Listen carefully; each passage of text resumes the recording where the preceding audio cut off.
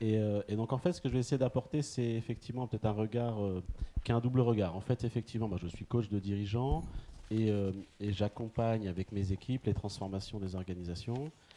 Et donc de ce fait-là, je suis aussi, j'ai à diriger mon propre cabinet aussi. Si vous voulez, je pourrais très bien être assis dans la salle et écouter avec vous pour savoir quels sont les bons ressorts. Vous voyez, je pourrais être là-bas, quoi. Mais puisqu'on m'a permis d'être là, je vais en profiter. Alors, maintenant que ceci est dit, moi j'aimerais démarrer peut-être par une presque boutade. C'est-à-dire qu'en fait, je voyais depuis tout à l'heure écrit là-bas, qui me dit que je suis un bon CEO? Ben moi je vous le dis, vous l'êtes. Voilà. C'est réglé. Pourquoi? Pourquoi je dis ça? Parce que finalement, si on se réfère un peu aux travaux que vous connaissez tous, c'est assez ancien, vous voyez, les travaux de Peter, sur le seuil d'incompétence de Peter, même s'il a travaillé, même si son propos était un propos qui était sur les entreprises hiérarchiques et pour les employés, on peut très largement le, comment dire, l'extrapoler à chacun d'entre nous. C'est que finalement, nous atteignons chacun d'entre nous notre seuil d'incompétence quand on ne se pose plus la question, quand on refuse tout feedback, quand on est coupé à l'autre et que finalement on est sûr de soi et de son fait. Voilà. Donc le fait que nous soyons là et que vous soyez là pour vous poser la question si vous êtes un bon CEO, c'est qu'a priori ça démarre bien. Voilà. Et comme j'ai un côté un peu taquin, je m'imaginais, parce que sincèrement je suis très impressionné par la qualité des personnes qui sont assises à côté de moi.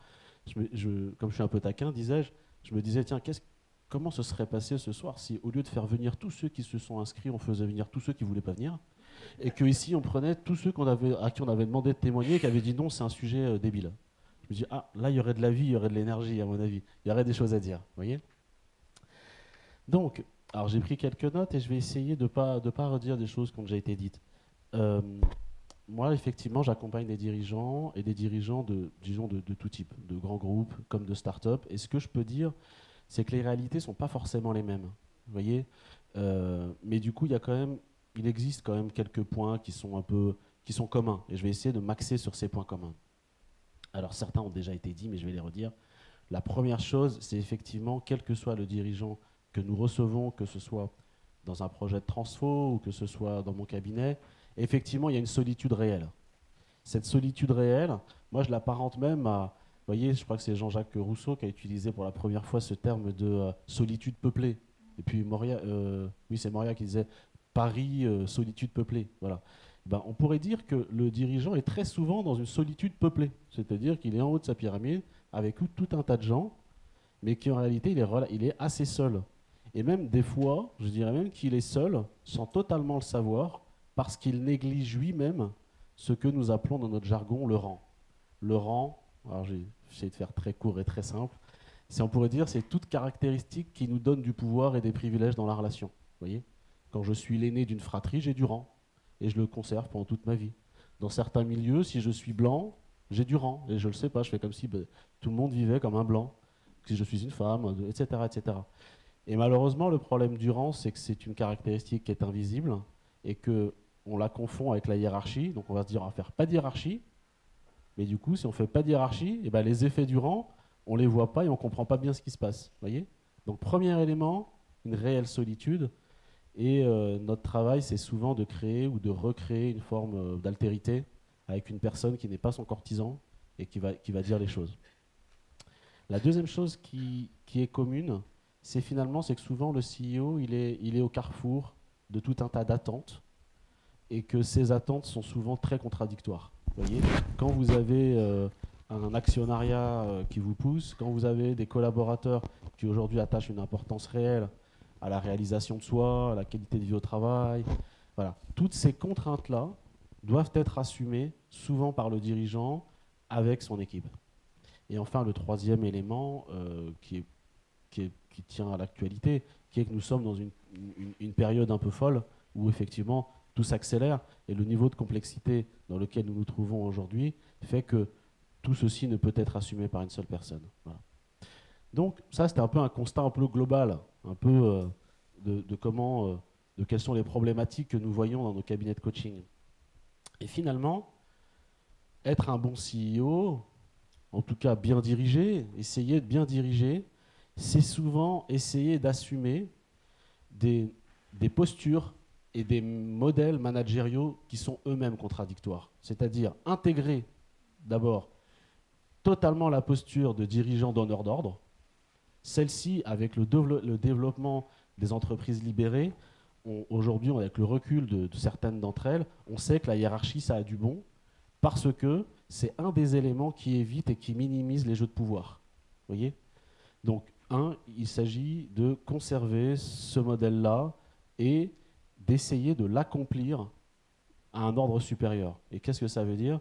C'est essayer avec humilité, et ça a été dit, hein, et merci, c'est essayer de développer ce que Greenleaf, 1970, c'est quand même pas tout jeune, appelait le servant leadership. C'est cette idée de déployer un leadership distribué qui permet de créer de la latéralité, de la délégation, de la subsidiarité, avec cette idée que c'est toujours les personnes qui sont au plus proches des enjeux qui peuvent le mieux décider. C'est ceux qui sont au plus proches du client qui ont la bonne solution. Vous voyez, puisque vous m'avez fait gentiment de la publicité pour dans mon bouquin, Jean-François Zobrist, qui est à l'origine beaucoup de ce mouvement de l'entreprise libérée, donc témoigne dans le livre, et la première chose qu'il a faite, c'est finalement de dire, c'est ceux qui sont au plus proches des enjeux, c'est eux qui savent, c'est pas moi qui sais. Voilà. Et ça a donné le mouvement que vous connaissez tous. Et donc en fait, comment on fait ça? Voilà. Voilà. Et c'est là où ça devient délicat. Comment on fait ça? Eh ben, c'est réellement, première qualité pour moi d'un bon, je mets des guillemets, CEO, c'est de travailler sa qualité d'être. Sa qualité d'être, qu'est-ce que c'est? C'est finalement, créer une sécurité intérieure suffisante qui va permettre de générer des leaders. On pourrait dire que les leaders créent les leaders comme les océans créent les continents en se retirant. Mais pour ça, il y a un travail sur l'ego très très dur à faire, très compliqué à faire. Il faut renoncer à sa toute-puissance. C'est-à-dire que ce n'est pas moi qui vais tout faire, etc. Pourtant, j'ai été éduqué comme ça. Moi, j'ai fait l'école des ponts, je peux vous dire que... Même si je sais qu'à HEC, on disait beaucoup de mal, on disait topin bourrin, je me souviens. Ouais. C'est pour ça qu'il y a une certaine ironie à être là. Bref, donc je me reprends. Premier élément, la qualité d'être. Qualité d'être qui permet effectivement renoncer à sa toute-puissance, renoncer à une certaine forme d'ego, on ne pourra jamais l'éliminer, mais une certaine forme d'ego. Et recadrer la polarité compétence-incompétence. Effectivement, on ne peut pas sortir de son ego si on n'est pas un petit peu tranquille avec son incompétence. Il faut l'être un peu. Enfin, si on peut être beaucoup, c'est bien. Mais c'est cette idée que si je fais totalement l'expérience de ma compétence, je peux éventuellement vivre ce que Richard Moss appelle le deuxième miracle.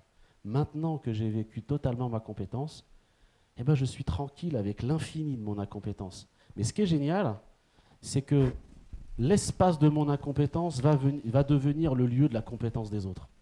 Voilà.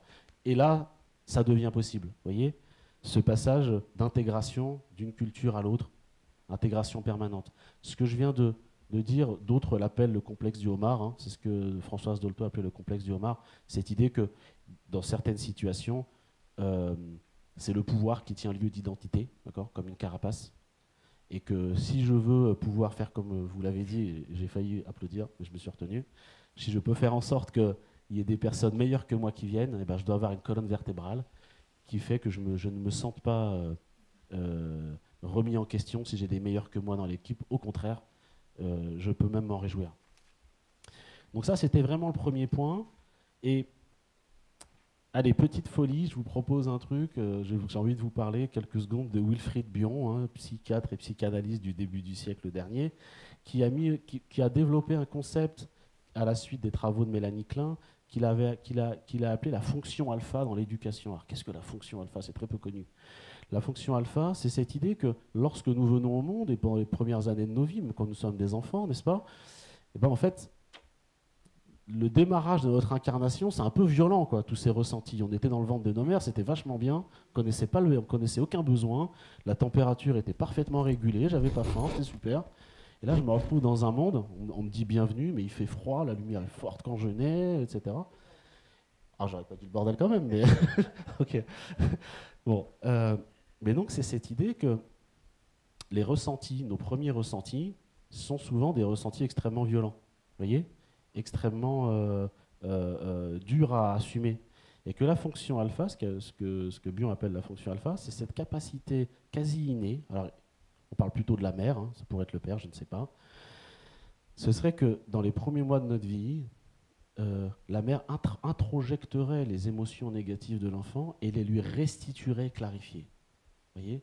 C'est-à-dire que c'est comme si nous prenions c'est comme si la personne prenait les peurs de l'enfant, prenait ces choses qui sont trop fortes, trop difficiles à assumer, les processait elle-même et les lui rendait à un niveau où il pouvait de nouveau il était OK pour participer à cette expérience qu'est la vie. Et en fait, quelque part, en tirant un peu sur le fil, on pourrait dire qu'un bon CEO, c'est aussi un peu ça. C'est-à-dire qu'on rentre dans son bureau, il ne s'est encore rien passé, je me sens déjà mieux. Vous voyez? Et il y a même certains d'entre eux, vous voyez, on pourrait dire que certains CEO, on est avec eux, on se dit ah, qu'est-ce qu'ils sont intelligents. Mais il y en a d'autres, ils ont cette capacité à faire en sorte que je ne me dis pas quand je suis avec eux qu'est-ce qu'il est intelligent. Je me dis quand je suis avec eux, qu'est-ce que je me sens intelligent. C'est vachement sympa, vous voyez. Donc ça, c'était le premier point pour moi. C'est vraiment ce travail permanent sur soi qui permet d'intégrer un peu tous ces paradoxes. Le deuxième élément, c'est sur la compétence. Ça a été dit un peu différemment, et moi je crois vraiment à ça. C'est qu'en fait, pour moi, être un bon CEO, c'est pas un état fini. C'est pas je me réveille un matin, ah ça y est, c'est fait, je suis un bon CEO, c'est peinard. Maintenant, non, c'est pas du tout ça. La vie est un processus, comme dirait Héraclite. On ne s'est jamais baigné deux fois dans la même rivière. Ben là, c'est la même idée. Et que donc, il est donc nécessaire d'être dans une ascèse d'un travail permanent sur notre façon de concevoir la vie, de voir les choses, de se remettre en question. C'est pour ça que je plaide un peu pour ma paroisse du coaching d'organisation. Nous servons un peu à ça. Mais voyez, par exemple, on a tous connu ce mouvement de l'entreprise libérée qui a apporté plein de choses, hein, et j'en pense à certains égards aussi du bien, aussi implicite, puisque Jean-François Zobry, c'est dans mon bouquin. Mais au travers de cela, on a quand même vu une chose qu'on n'avait pas prévue, c'était que le passage dans l'invisible de la hiérarchie, puisqu'en fait, on passe d'une organisation verticale à totalement horizontale, et donc le passage dans l'invisible du pouvoir a donné des choses qu'on ne savait pas vraiment gérer, alors qu'on gère désormais. Et donc on a donc développé pour ça des concepts nouveaux de rang, d'abus, de terrorisme relationnel. C'est des mots qui font peur, je suis en train de tuer l'ambiance. Voyez. Mais tout ceci pour dire que pour moi, le CEO doit être constamment dans cette quête humble d'avancer et de se cultiver. Alors, j'aimerais, si c'est possible, terminer par une dernière petite anecdote très rapide que je ne sais pas si elle est vraie, mais on l'enseigne dans les écoles. Alors, si elle est fausse, hein, voilà, c'est ça, on va faire comme ça. C'est cette histoire que, vous voyez, qu'on raconte sur Henry Ford. Je ne sais pas si vous la connaissez, que Henry Ford, bon, qui est quand même connu pas pour être un méga humaniste à la base, puisqu'il a quand même généré, on parle de Fordisme, etc. Et en fait, il a couru le bruit qu'il était parfaitement incompétent. Voilà. Et donc, pour répondre à cela, pour répondre à cette rumeur, il aurait convoqué une réunion avec des journalistes et avec ses principaux détracteurs. Avec cette idée, bon, bah, maintenant, voilà, je suis face à vous, derrière son bureau, et vous posez les questions que vous voulez. Voyez, et on va voir si je suis un incompétent ou pas. Puis alors la première personne pose une question sur la chaîne, Et donc Henry Ford, oui, très bien, prend son téléphone, appelle son directeur des opérations, merci, et répond. Ah, très bien. Question financière, oui. Alors il savait un peu répondre, il dit, attendez, j'ai appelé mon DAF. Hein, donc voilà la réponse. Et ainsi de suite. Donc le parterre totalement médusé. Et là, Henry Ford de conclure que son travail, ce n'est pas de tout savoir, ce n'est pas de tout contrôler, ce n'est pas de tout faire. C'est d'abord, qu'il y ait les bonnes personnes aux bons endroits, et deux, que grâce à cela, il puisse lui avoir le temps et l'esprit disponible pour rêver l'avenir, pour rêver la voiture de demain, pour rêver le futur. C'est ça son job de CEO. Voilà, je vous remercie.